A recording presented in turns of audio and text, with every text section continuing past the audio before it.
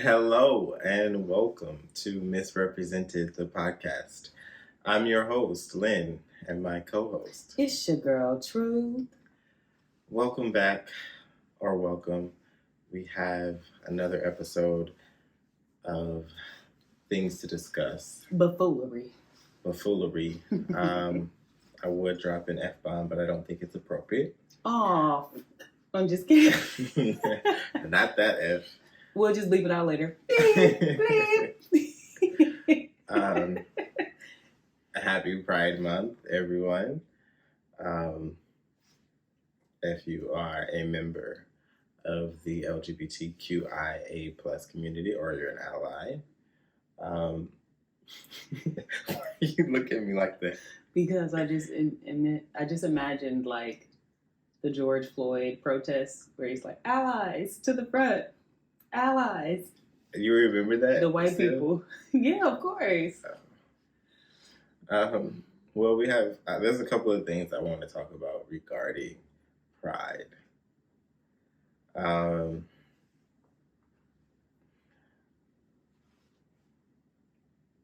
want to firstly talk about a post that.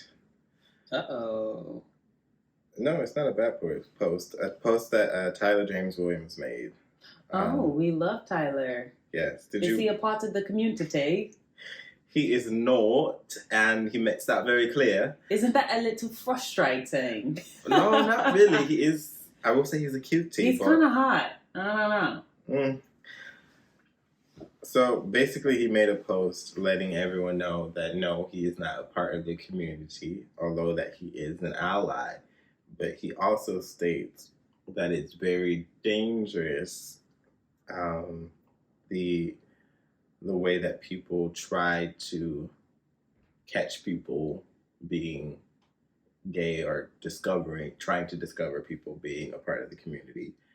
So basically, he was saying that creates an unsafe space for people who may be in the closet, who are still, struggling with coming out.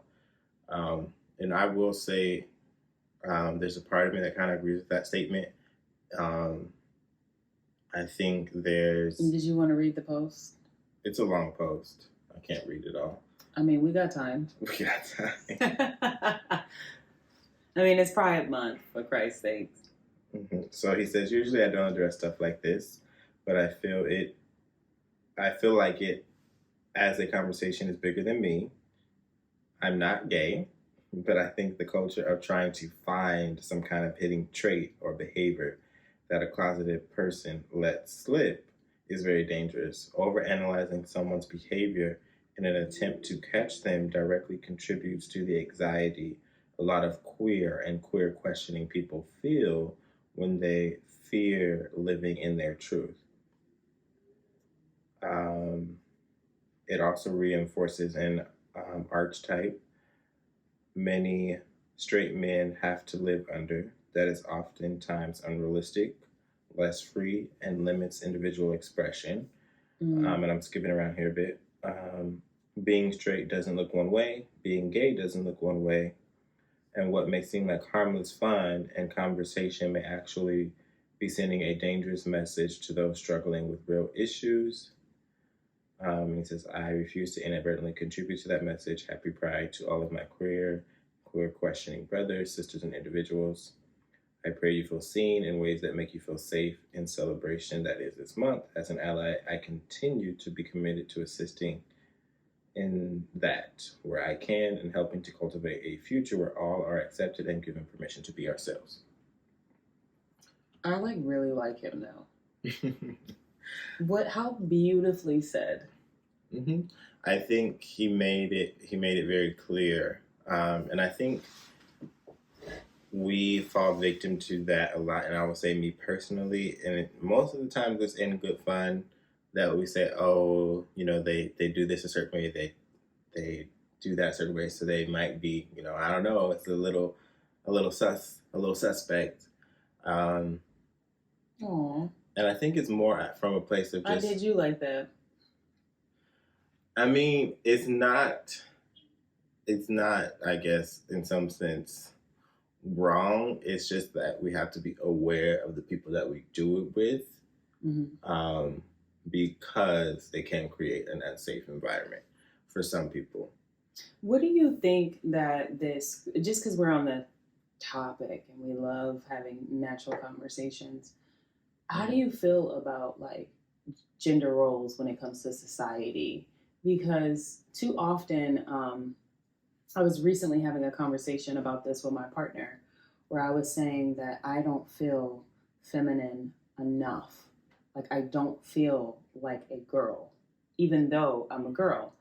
And the question was asked, well, are you trans? And sorry, I don't mean to laugh.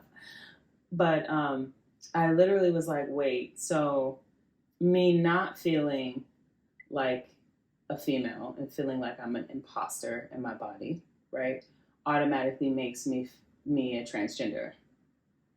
I don't feel like a man either, although I do feel as though I have more what these, societal term would be considered masculine traits. I don't like. Let's just go there. Mm-hmm. So when I used to audition, I really felt uncomfortable doing romance roles. So if they like wanted me to be like super girly or whatever with a guy, it automatically made me uncomfortable. And even when I was dating guys, that same discomfort was there, where I felt like, I had to be a role that perhaps I was not. Either you have to be feminine or masculine, and if you're too masculine, it's unacceptable. And, it just made me uncomfortable. I don't know. I know for a fact that I don't want to be a man. However, if I choose to wear boys' clothing or, wear girls' clothing or whatever I feel like I want to do to express myself, I feel like I should be able to do without being judged. But like, quite frankly, we're judged. Mm-hmm. Well, I will say that sometimes it's interesting how that's the conclusion. That's, it's kind of like, how do we get there? We can't just jump from I don't really associate with the gender roles to now I'm transgender. And I feel like a lot of people don't understand how a lot of what causes us to question our identity is what society has made the standard, as opposed to us not being comfortable with ourselves. Because there's different, there's varying degrees. There's body dysmorphia, there's gender dysmorphia.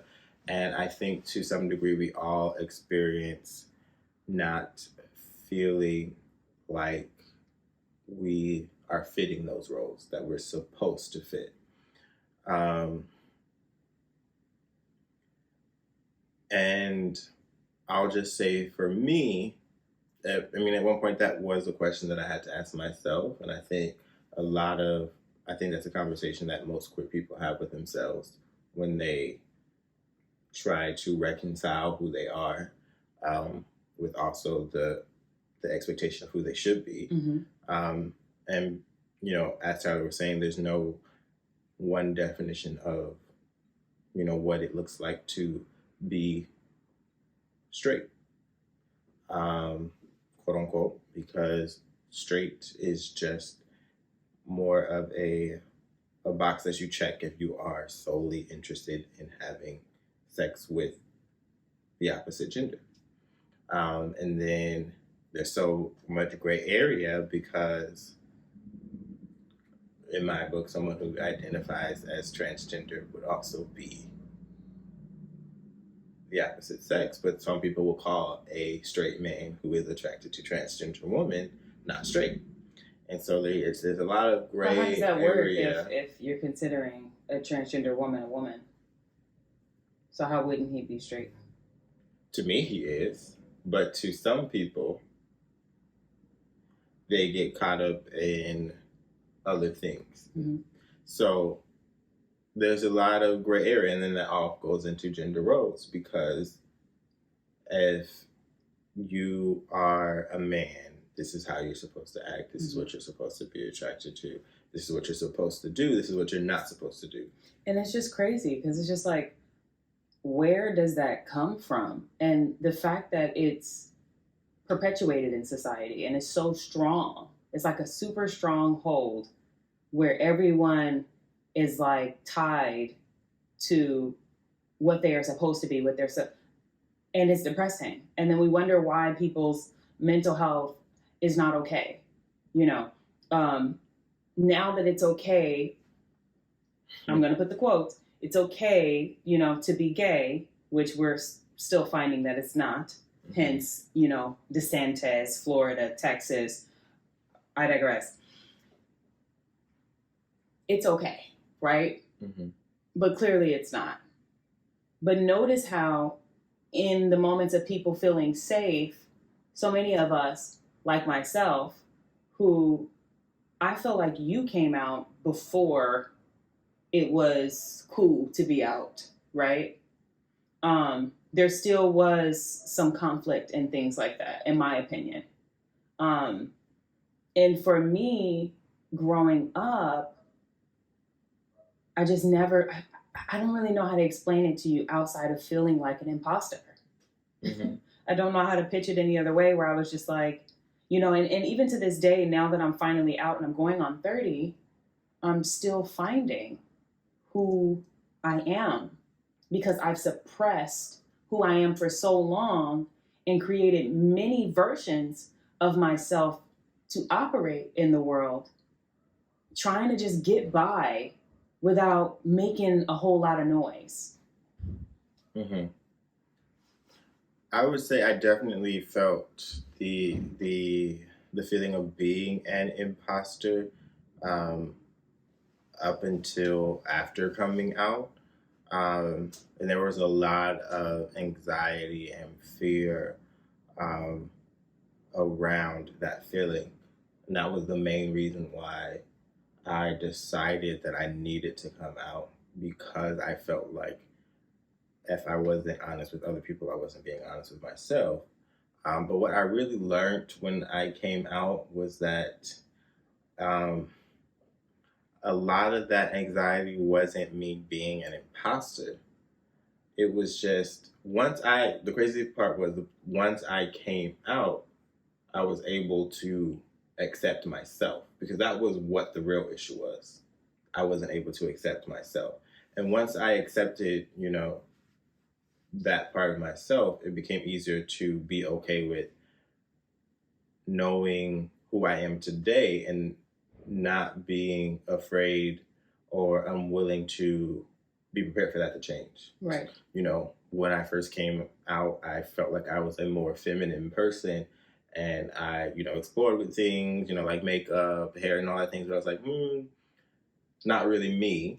I tried it, I played with it, and it's okay to be like, explore, because that is what life is, just discovering yourself in more intensity. So there's never a point when you're an imposter, except for when you're not doing that, discovering yourself in more intensity. Okay, well, I'm going to ask you another question. Have you ever felt, because I'm assuming, were raised in a very religious... You're assuming. family. We're not related. We're not related. Who are you? You were raised in a very religious household. Do you ever feel guilt for being who you are? Mm-hmm. So, growing up in the church and being very active in the church, I've never felt guilt or condemnation coming directly from God. It was always people. So you mean to tell me you've never, even when you were younger, thought maybe God's not okay with this? Maybe he's not okay with this, but I've never felt like he's not okay with me. Like I have, it didn't hinder my relationship with God. It was never like, oh, there was some revelation that came directly from him that was like, you are not okay and this has to change. There's been other people who have had their ideas, but that communication, my connection with God has never been that. Yeah, mine either. And I'm still so waiting for the voice to come out. all of the hate Hello. and you, like me personally, I personally have talked to God, had revelations, but not in the sense that, audible voice, but from him, I've never felt that. And to be honest, that moment where I decided that I was not afraid of who I was, or I wasn't, ashamed of it, was the moment, like a couple of weeks after I had decided that I was not ashamed of who I was or afraid of who I was the moment that I had my experience of connecting with God, which is what some people will call receiving the Holy Ghost. And so that's how I've never been afraid or ashamed or convinced that there was something wrong, because there was a connection between me accepting who I was and experiencing God on a realer level.